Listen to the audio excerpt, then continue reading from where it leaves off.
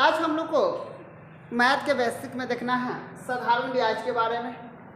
आप लोग ब्याज निकालते हैं, हम लोग का भी 2 साल 3 साल 5 साल के लिए मिलता है, लेकिन जब हम लोग महीना पर निकालने के लिए बोला जाता है या महीनों का निकालने के लिए बोला जाता है तो हम लोग गलती कर देते हैं।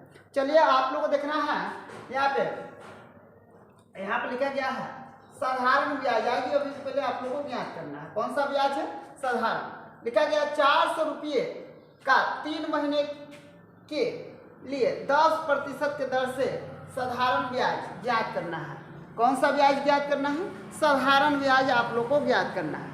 चलिए हम लोग का जो मूलधन है कितना दिया हुआ है, हल कीजिए। मूलधन जो है, मूलधन हम लोग कितना दिया है, मूलधन हम लोग का दिया हुआ है कितना भाई, 400 रुपया। कितना रुपया दिया है, 400। यहाँ पे आपका समय कितना दिया है, समय आपको दिया है कितना, 3 महीना। और यहाँ पे आपको क्या दिया है, दर कितना दिया है, 10%। अब आप लोग इसको कैसे निकालिएगा, ब्याज आपको निकालना है साधारण ब्याज।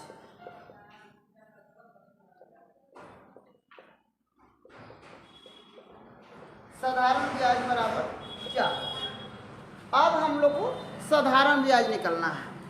कितना कितना महीना का निकलना है, मात्र हम लोग को 3 महीना का निकलना है कि 400 रुपये का कितना हम लोग का हो जाएगा।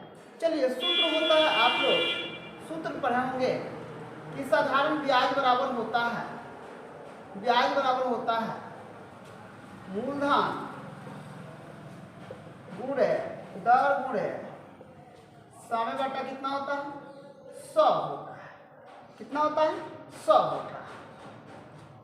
अब आप लोग ध्यान रखिएगा 100 होता है।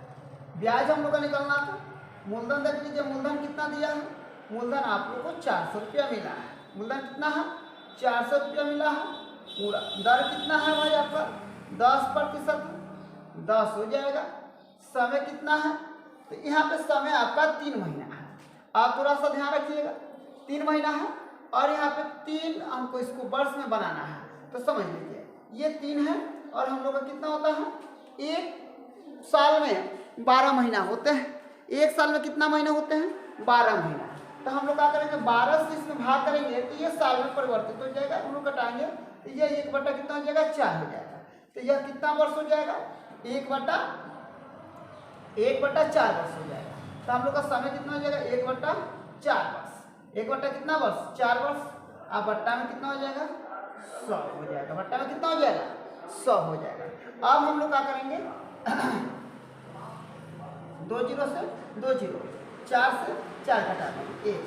यहाँ पर हम लोग गुणा करेंगे तो कितना हो जाएगा, यहाँ पर हम लोग गुणा करेंगे तो हो जाएगा 10। तो हम लोग अगर क्या करेंगे, अब हम लोग 400 रुपया को अगर हम लोग कितना महीना तक, 3 महीना तक अगर किसी को 10% पर देते हैं तो 3 महीना का कितना हो जाएगा, हम लोग का कितना हो जाएगा, 10 रुपया हो जाएगा। तो टोटल कुल राशि हम लोग कितना हो जाएगा, कुल राशि जो हो जाएगा। तो अब हम लोग कुल राशि निकाल देंगे। पहले से कितना था, 400 था, अब प्लस यहाँ पे कितना हो जाएगा, 10। पहले से 400 था, अब कितना हो गया, 10 हो गया। यहाँ पे कितना हो जाएगा आपको, तो हम लोग यहाँ पे ध्यान रखेंगे 410 रुपया हो जाएगा। कितना रुपया हो जाएगा, 410 रुपया।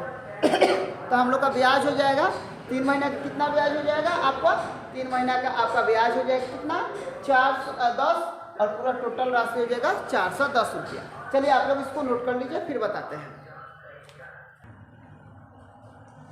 650 रुपये का 2 महीने के लिए 10% के दर से साधारण ब्याज ज्ञात करना है। कितना रुपया दिया हुआ है, हम लोग को मात्र 650 रुपया दिया हुआ। कितना महीना के लिए मिला हम लोग का, तो हम लोग को मिला हुआ कितना महीना के लिए, हम लोग को मिला हुआ मात्र 2 महीना के लिए। कितना प्रतिशत के दर से, 10% के दर से। चलिए आप लोग आसानी से हल कर सकते हैं, हल में लिख लीजिए। यहाँ पे सबसे पहले आप लोग क्या कीजिएगा, सबसे पहले इसमें देखिए जो मूल अमाउंट होता है इसको लिख लीजिए आप लोग। यह मूलधन हो जाता है, यह क्या है, मूलधन है। मूलधन आपका कितना है, 650 रुपया है। मूलधन कितना हो गया, 650 रुपया। अब यहाँ पे क्या है आपका, मूलधन 650 रुपया हो गया। अब आपका समय कितना है,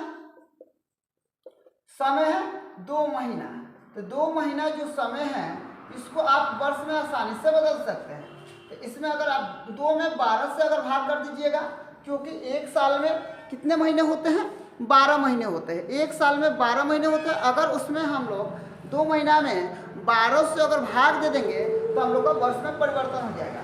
इसको घटाइएगा तो ये क्या हो जाएगा, ये हो जाएगा 6। 1 बटा कितना हो जाएगा, 6 हो जाएगा। अब आप थोड़ा सा ध्यान रखिएगा, कितना हो जाएगा, 1/6। अब यहाँ पे हो जाएगा हम लोग को क्या,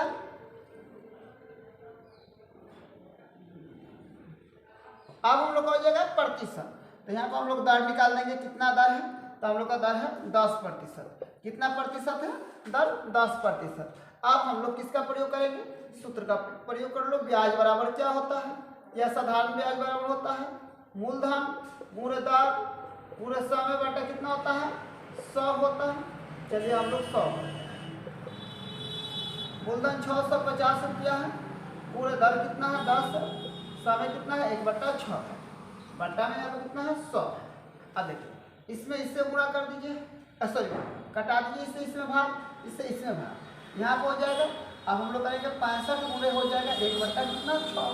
अब यहाँ पर हम लोग हो जाएगा 65 बटा कितना हो जाएगा 6। भाग कीजिएगा इसमें तो आसानी से हम लोग भाग कर सकते हैं। चलिए यहाँ पे भाग करके दिखाते हैं। 6 से कितना में, 65 में 6 एकम कितना हो जाएगा 6।